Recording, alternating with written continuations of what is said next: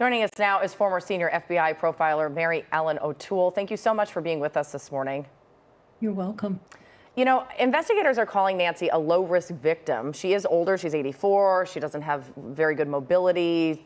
From a behavioral standpoint, does this make it feel like it was more targeted than a random attack? It does, and that's why we do an assessment on the victims of a violent crime. We determine, are they low risk or are they high risk? So a low risk victim is someone that doesn't live a lifestyle that exposes them to violent people. So they're not in a gang, they don't deal drugs. So obviously Nancy is a very low risk victim. But on top of that, she was victimized inside of her home, which was a low risk environment. It's a nice neighborhood, it's a low crime rate. So low risk victim, low risk environment. When you see that, it tends to suggest that the offender has to go to the victim, has to go inside the home of the victim. That suggests that it was a targeted attack.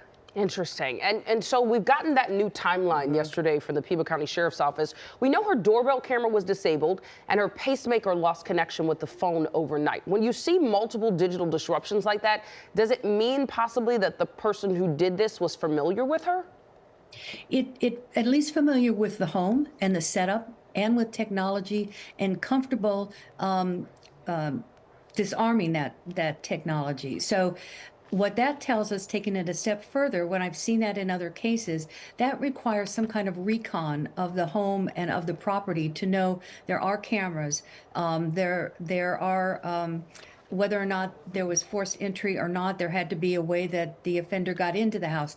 All of that requires pre-planning and a recon. So I think it's even possible, unless you can look in the windows and see what the layout of the house is, that the offender might have been in the home before. I've seen that in other kidnapping cases. Believe it or not, it's not that unusual. If you know that you've got a certain amount of time to get in and out of that house, you tend to know that house pretty well. And you know that neighborhood pretty well. And again, that requires planning and recon.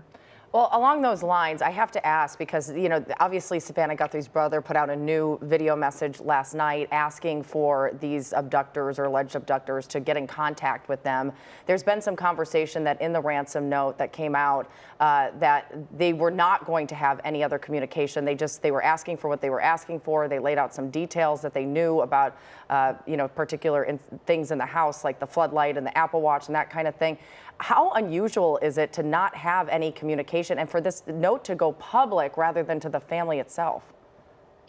Both of those are unique, but I will tell you that kidnapping cases themselves tend to be fairly unique, especially cases like this.